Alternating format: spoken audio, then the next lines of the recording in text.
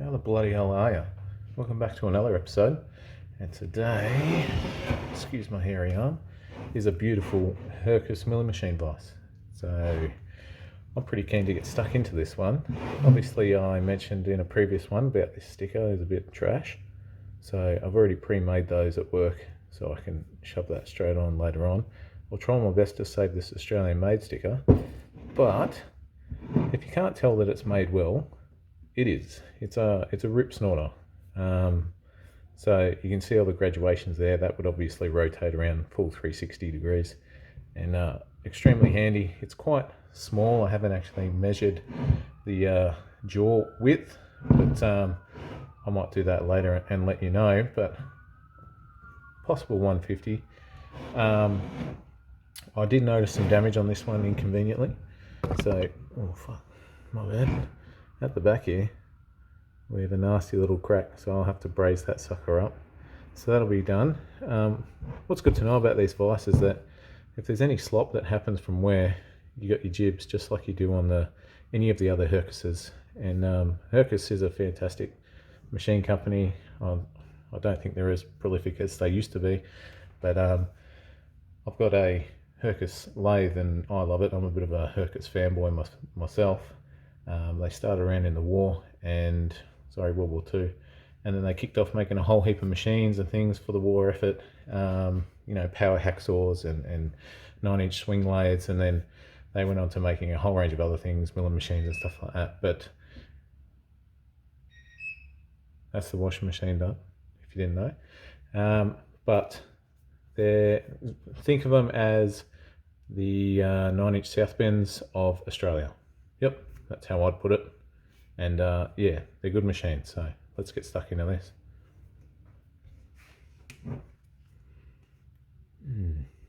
There we go. Love their brand name.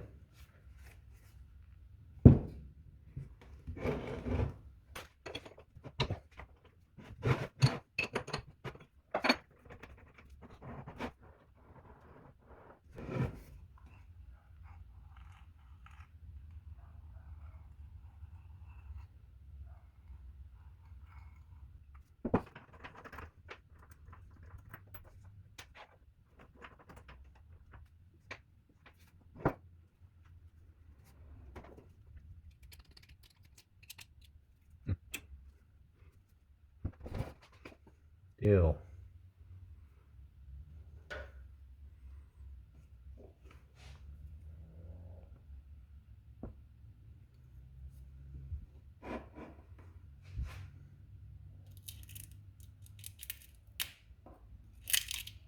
Oh.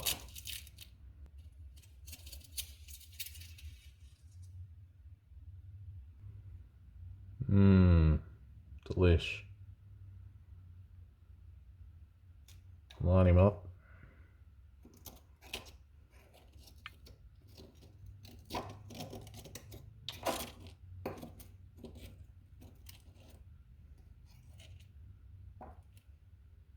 Come to Australia, they said.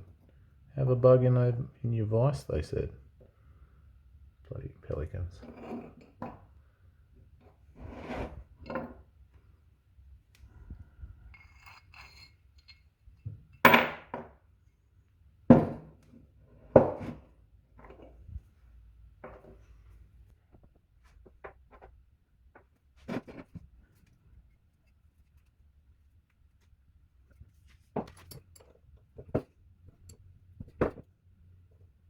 Okay.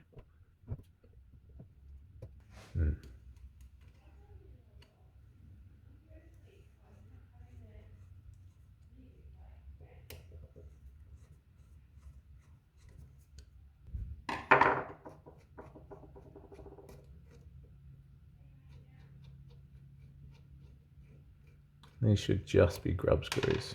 Ooh, don't lose that.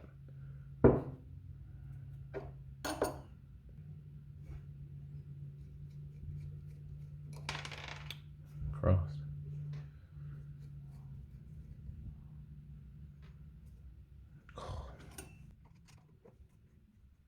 Forgive all the shadows. It's a design flaw in my workbench here. It's all overhead lights.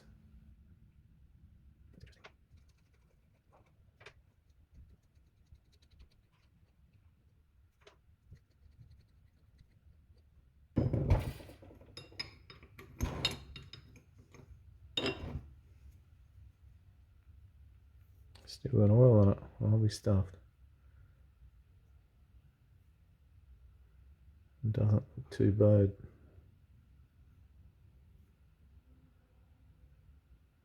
Interesting. It's like shifter is my only choice.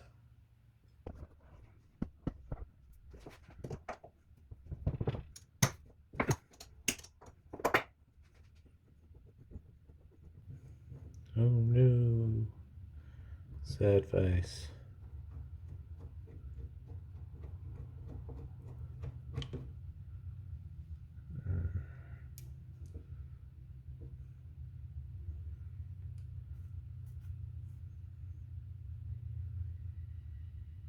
I reckon someone dropped that.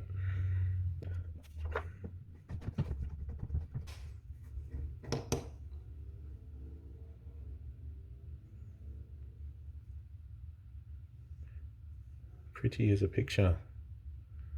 Next to no wear on that. And it does have oil on it, but it's a little bit, you know when really old oil starts to become a little bit sticky? Yeah, so she's starting to get some stick to her. But all in all, not too bad, other than the obvious cracky boy. What do you got stopping you? A big old nut.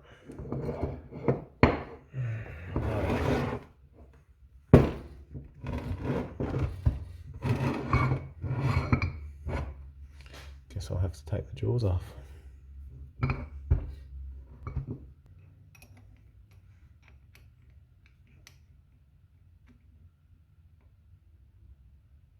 If it had hair around it, I'd find it real quick.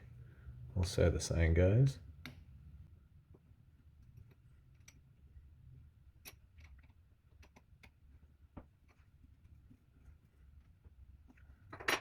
Oh, use your strong hand.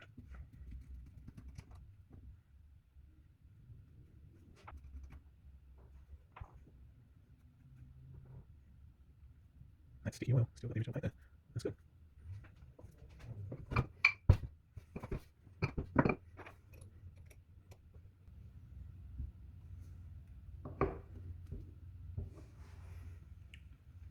Oh, Jesus, more.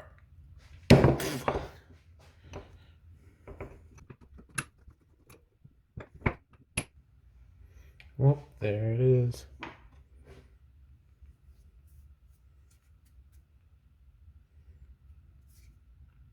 Still in really good nick.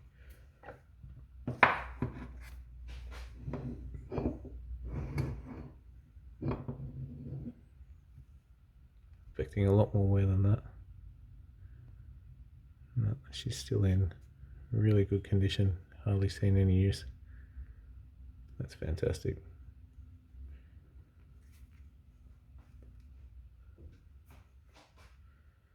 That's obviously got that nut holding it in underneath, surrounded by whatever comb that was.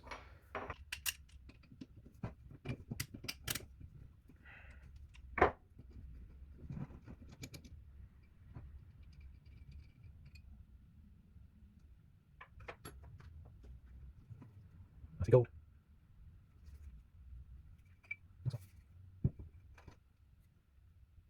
Very pretty.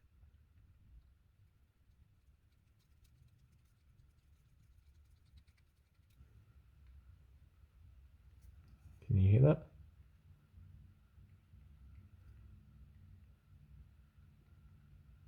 There is next to no slop in that. Next to no slop at all, which is brilliant. I'm assuming that's an oil hole just filled with shit. When we pull this apart and I remove that C-clip, we'll have a look. But that's mine. It makes sense.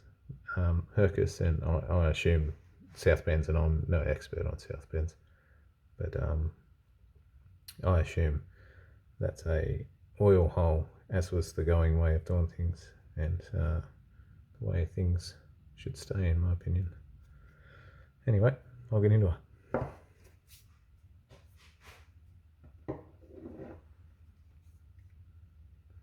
When working with C-clips, watch your eyes.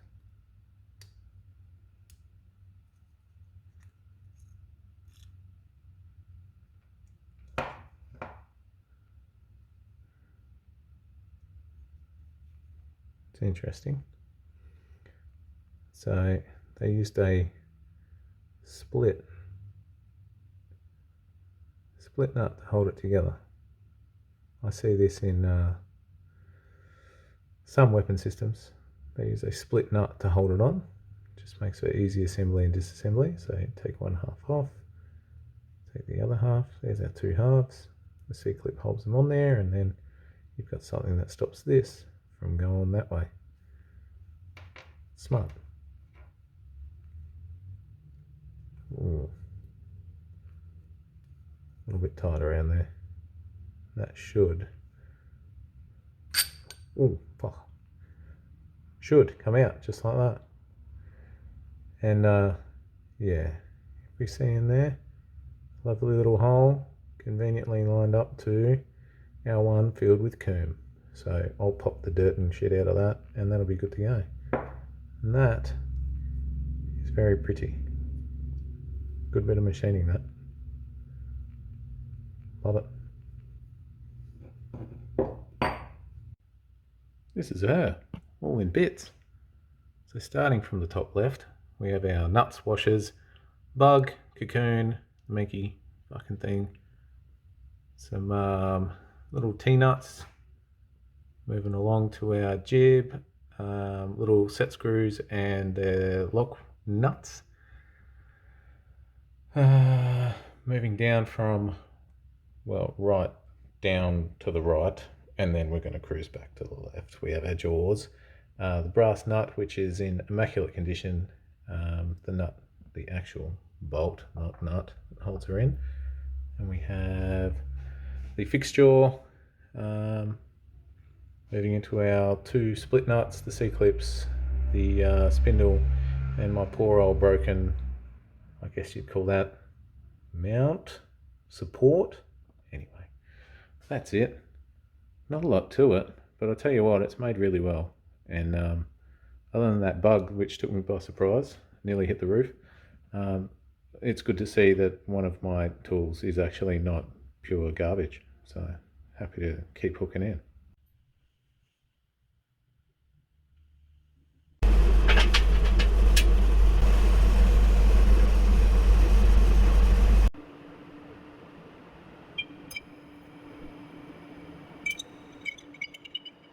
Had to make up a jig to hold it before I could braze it. Let's see how that goes. Sorry for the noise, can't be helped. It's a workshop after all.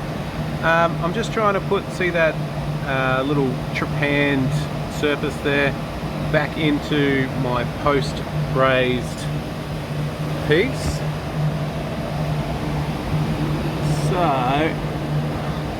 a bit hard to see, but the weld material has filled it up, so all I've got is this tool in there to try and trepan it out a little bit and give me back that similar finish to what's on the other side. And that piece will be ready for painting and done. Well, there's that piece done.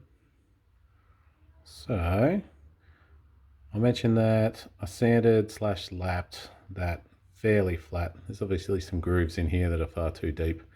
But it goes to show that that little clamp that we made up kept the braze and the entire piece nice and close to where it originally was. So I've had that machined off flat. So that's flat, that's in line with that, and then I just brought it back to its original shape as best I could without going too stupid and making it weak again. That's that countersink that we did, and she's ready for, wait 1 minute, let's do a test fit. Let's pull the quill out and have a look at how she fits. So should go like this, like that. Oh, beauty. we're on. That's how she's going back together.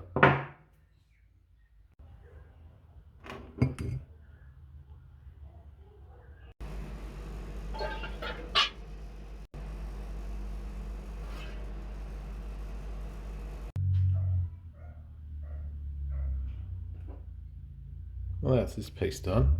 I ended up phosphating it, so she ain't gonna rust anytime soon. And then I just need to buff up this edge, but I'll do that later because I still have to paint it, obviously. But yeah, I think it looks great, and I know it ain't gonna rust. So I'll chuck that one back over there. And which piece next? Let's crack on with this big sucker.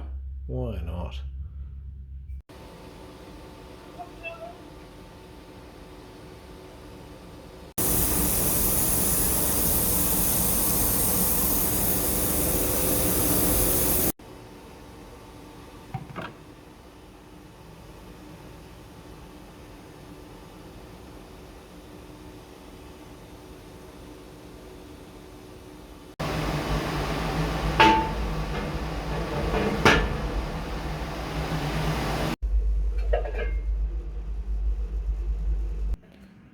Well, that's another piece done, and this one's ready for painting, so obviously not done, but you might be looking at it and thinking, what's all that powdery crap all over it?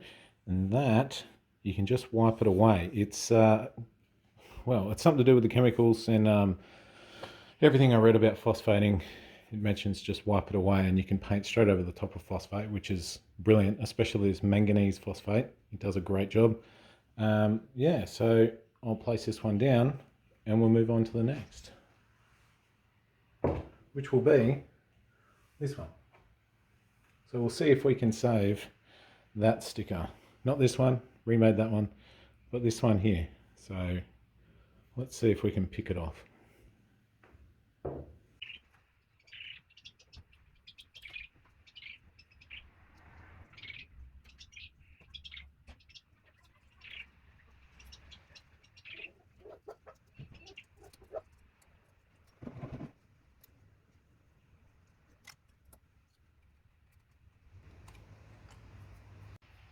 Just wanted to point something out with these two pieces here. They are a mating pair, and they need to be a mating pair for milling operations because as you rotate this, let me chuck it on, if I can find the hole.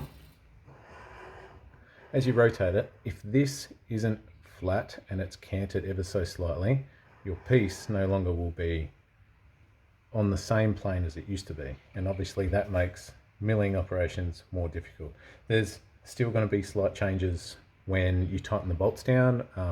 Having different tensions on each of the bolts could ever so slightly cant it, and you've got to be aware of that. But from a get-go, you would hope that this would be nice and flat. Now, I thought about measuring these two by sticking them on the surface plate and trying to scrape them flat again if they were slightly out, but I don't think I'm going to do that. I think I'm wasting my time. And you also might be thinking, well, you've got all that phosphate there, surely that's going to get in the way. And you're right, it will ever so slightly, because phosphating creates a coating. It actually adds ever so small micron amounts of that crystalline structure that you can see there. But it also helps in lubricity as well, so it reduces the coefficient of friction, and for these two mating parts, that's fantastic. So I've actually gained more of a tolerance, less, more, less. Anyway, it's tighter, so that's a positive, and I'm keen for that. So if I add oil to this, it will actually stay quite accurate for quite some time anyway. So ooh, it's quite a good fit in the hole, and I can see here, because I haven't put any oil on it yet, that I'm actually ever so slightly, if the light helps me, turning that back into a powdery substance, actually destroying the crystal somewhat. So before I put that back on, I'll put some oil on there. Don't tell anyone. Oh no, not the sticker! Worth it.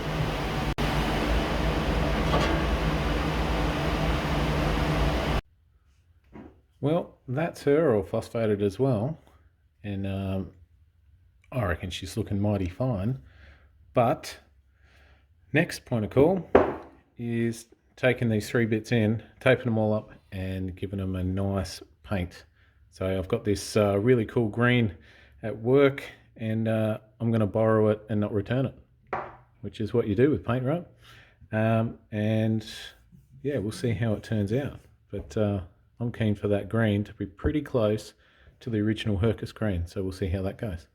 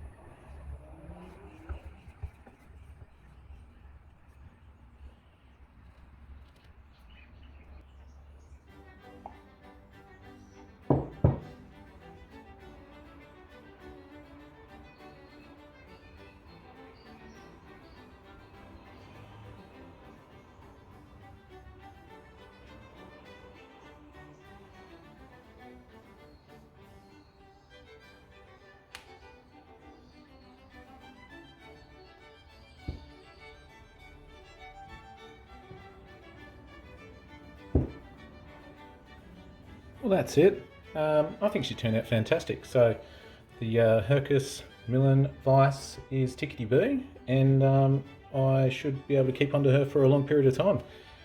Next project is a Servian SA2 drill press from around the 1950s, and that one's going to have to be in a several part series because there's a lot to it and she needs a tremendous amount of work, so it's going to be fun. Whoops. So stay with me, hit that subscribe button if you like watching me do what I like doing, and that'll help me a great deal. So cheers, enjoy yourselves.